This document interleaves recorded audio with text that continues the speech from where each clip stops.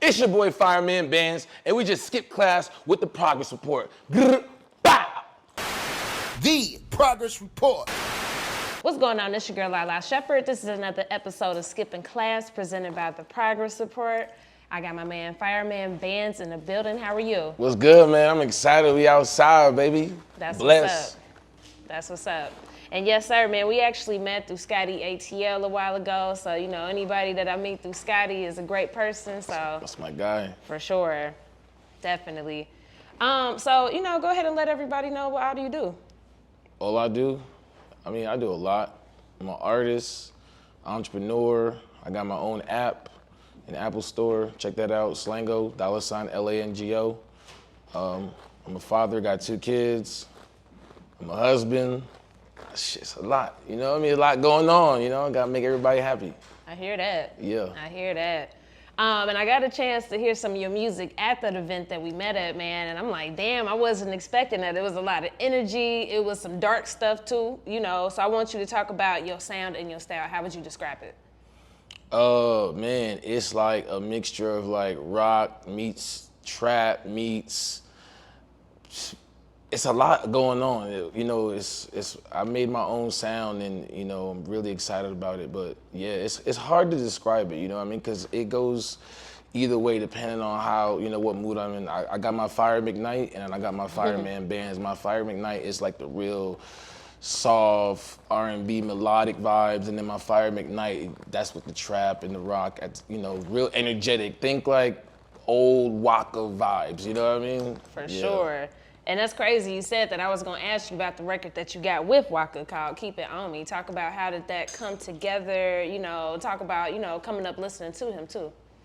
Well, with my sound, I always was told like, yo, you remind me of Waka, blah, blah, blah. When I had my dreads, yo, you even look like Waka, all types of stuff, you feel me? Word. And, you know, even like encountering his mom, you know, Deb, she's awesome. And I had this song in mind, I recorded in Miami. And I was like, yo, I gotta get Waka on this. I literally just reached out and he responded. And next thing you know, we was at Patchwork Studio recording and it was magic ever since. That's hard. That's hard. What about the music video though? Talk about doing that.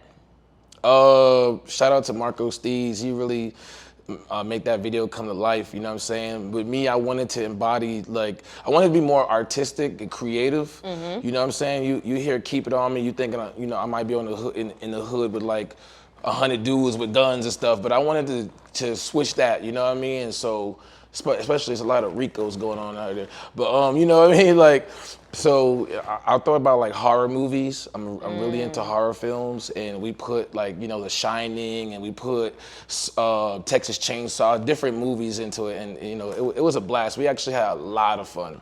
Nice. My favorite video shoot. It looked like it was lit. Yeah. For sure. We'll talk about that then. Just coming up listening to Waka, what was some of them songs that you know, listened to? Like, of course, the mainstream stuff, but what was other things you was listening to? I mean, honestly, every song he put out, it went crazy. You feel me? Like, I didn't really care about, you know, my friends were like, yo, but he's not lyrical. I never cared about it. It's the energy. For sure. If you could get the crowd up off your feet, you win. Like, that's all it takes is for them to get up off your feet. You know what I mean? All that spiritual miracle.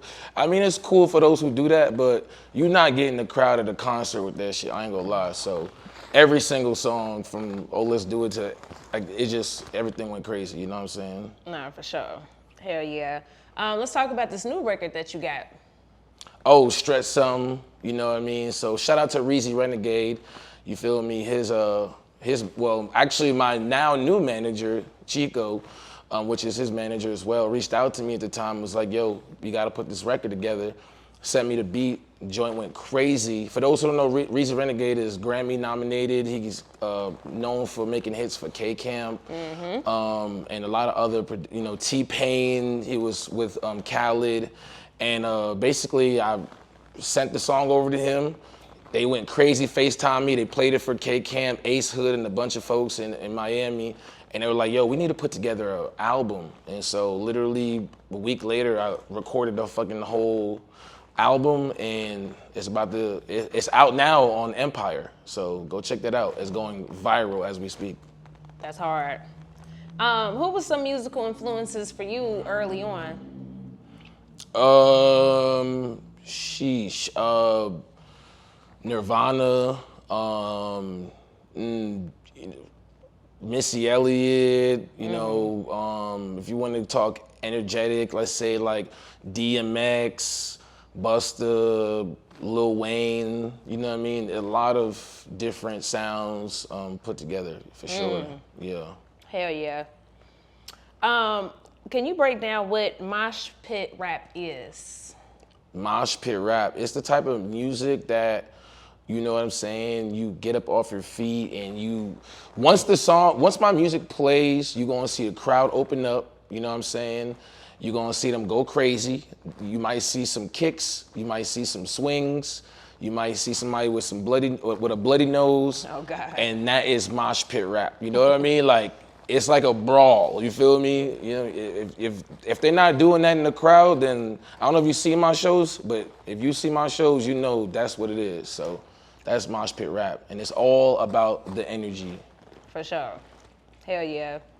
Now I know you spent some time out on the West Coast, so can you speak on, you know, LA culture and violence, you know, in light of the PNB Rock situation and just other stuff that's been going on the West Coast, and people thinking that the West Coast is sweet? That's a good one. I just feel like when you go to any hood, you feel me, you just gotta be on point. Now with LA, it's misleading because you see the mansions, you see the Porsches and the Lambos pulling up on Melrose. And, you know, the hood is not too far. You know what I mean? And I just feel like people got to stop thinking it's a vacation because it's not. You got to be on point. You got to watch out who your friends are, too, because there are people that will meet you just to plot on you. You feel me? I done seen people become friends with people, and the next thing you know, their whole house is robbed. You feel me? You got to be careful. You can't get too friendly no matter what kind of networking you think you're doing. Just always stay on point. That's all I got to say. Hell yeah. R.I.P. PNB too. Absolutely. So what age would you say that you got your first tattoo, if you remember? Sheesh. I was about like 15 and my mom wanted to kill. She wanted to kill me 2 times. Like, it was crazy. Yeah, 15. Do you feel like you ever get judged by your looks? All the time. But then, you know, people hear me talk and I'm actually really smart, so they're like, dang, I ain't really, you know what I mean? It's like, my dad always told me I need to know how to switch it up so I could become super street and then I could become super corporate, and people get blown away by that shit. Okay. Yeah. Talk about comparisons to Dennis Rodman. I'm dead. All the time. All the time. But you know what? I mean, he's an innovator, you know what I mean? For sure. Shout out to him. Legend. Absolutely. What would you say the biggest sacrifice that you made for your career so far is? The biggest sacrifice? Wow. I know you've been through a lot. Putting my money into my music and like not even having food to eat. You know what I mean? Like, I'm like, yo, I gotta put X amount of dollars into marketing. You know what I'm saying? And I'm sitting throughout the whole week eating ramen soup. You feel me? Like, just so I can make my music go. You feel me? I think that's a really big sacrifice for me. That was one of them, and the other one was selling drugs. I'm not really too happy. You know, I don't want to promote that, but I had to do that. Got locked up, and it was the best thing that happened to me because I got really inspired, and then I just turned my whole life around after that. You know what I mean? Nah, respect. Yeah. How much time did you have to do? Did about like 3 years. Yeah. Wow. It was not.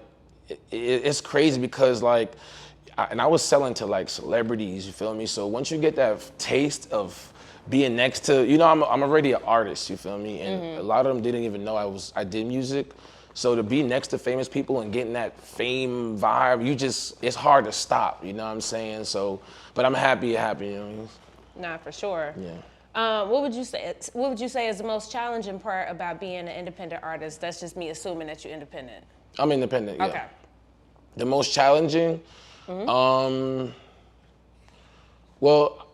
I'm always inspired, so I can say the most challenging is just making sure that I have the right funds to keep funding it. You know what I'm saying? Especially since everything is legal now. It's just, you know, you just gotta budgeting my money. You know what I mean?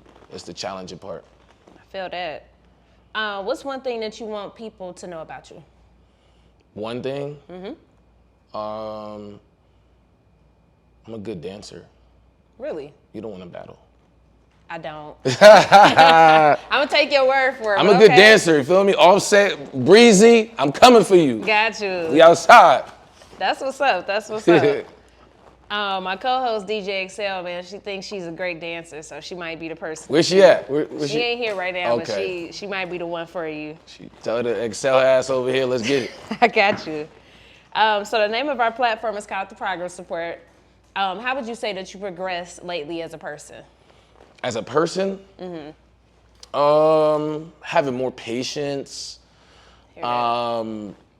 giving myself more me time to be more creative. You know what I mean?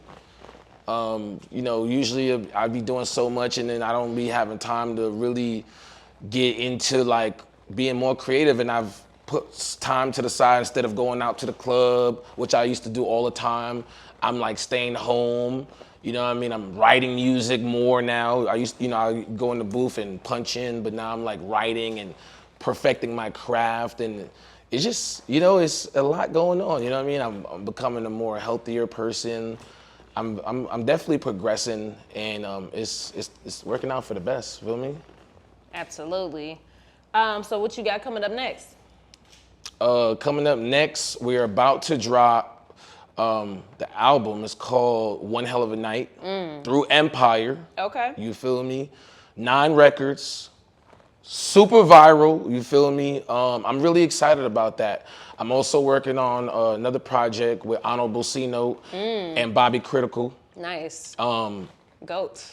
Can I just say the music is so amazing? You know, I've sat down with some of the biggest executives in the world, and they're like, "Yo, this is going." So right now we about to push this project with Reezy, get all the leverage in the world, and I'm, you know, I already have almost every record label looking at me, so it's just gonna create the leverage that I want. So I got my own label, you know what I'm saying? Greenlight Gang Records, and get that joint venture going, and you know what I mean? Ball shit, you feel me? For sure. Okay. Well, that's what's up. Well, I definitely appreciate you skipping class with us. Until the next time. The Progress Report.